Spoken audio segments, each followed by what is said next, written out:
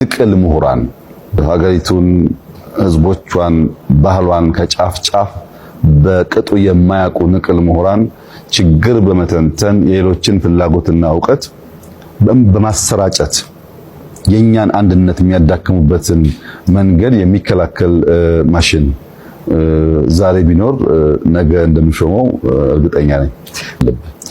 ዕውቀት ችግር እስካልፈታ ድረስ በዕውቀት መስፈርት ውስጥ ሊታይ የሚያስችል ብቃት አይኖረው። ነገርየውን በመተንተናችን በመናገራችን ብቻ አይሆን። ለምሳሌ ግሪን ዎሽ እና ግሪን ሌጋሲን በውድድር እንመልከት። ዓለም ላይ የኢንቫይሮንመንት አጀንዳ የግሪን ትራንዚሽን አጀንዳ የሳር ቅጠሉ ነው። የሁሉም ሀገራት የመሪዎች፣ የአዋቂዎች፣ የተመራማሪዎች ሁሉ አጀንዳ ነው። አስተውለ ከሆነ በየሁለት ዓመቱ ኮፕ እየተባለ የሚዘጋጅ ስለ ኢንቫይሮንመንት የሚወራበት ኮንፈረንስ አለ። እኔ እንኳን 2 ጊዜ ተሳትፌያለሁ እና በእነዚህ ኮንፈረንሶች ላይ በጣም በብዙ ሺህ የሚቆጠር ሰው የሚሳተፈው በጣም በርካታ መሪዎች ይገኛሉ። ብዙ የሚያማምሩ ንግግሮች ይደረጋሉ፣ ብዙ ሰልፎች ይደረጋሉ። አንድም ሰው ችግኝ አይተክልም። የምናወራው ስለ ኢንቫይሮንመንት ነው። ብዙ ንግግር ነው የሚደረገው፣ ግን ፕራክቲካሊ አክሽን የለም። ለዚህ ነው አክቲቪዝም ኢንቫይሮንመንትን አይቀይርም አክሽኒዝም ነው የሚቀይረው የሚል ሐሳብ የምናራምደው። ብዙ ጊዜ አክሽን ያስፈልጋል። በንግግር ብቻ ነገርየውን ማንቃት ተገቢ ነው።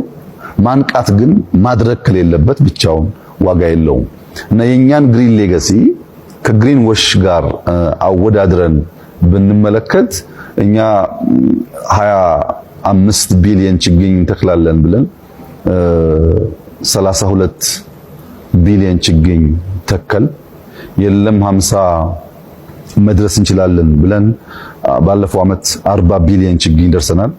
በዚህ ዓመት ወደ 7 እና ከዚያ በላይ ቢሊዮን ችግኝ ዝግጅት እያደረግን ነው።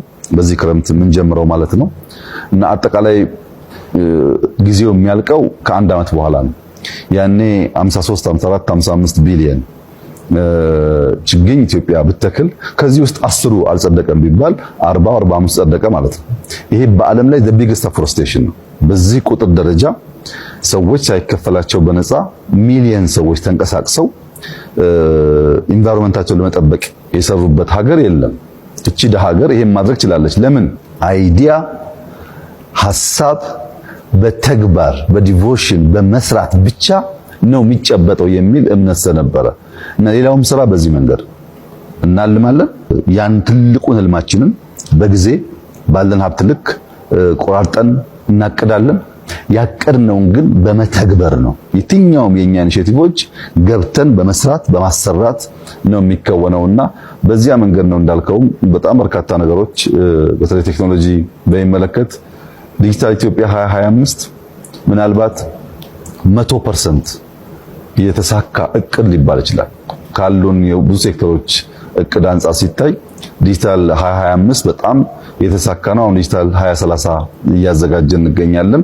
ደግመን ልክ እንደ 2025ቱ ካሳካን የዕውቀት መር ኢኮኖሚን ለመገንባት በእጅጉ የሚያግዝ መሰረት በሀገራችን ይጣላል የሚል እምነት አለና ዋናው አክሽን ነው ለማለት ነው።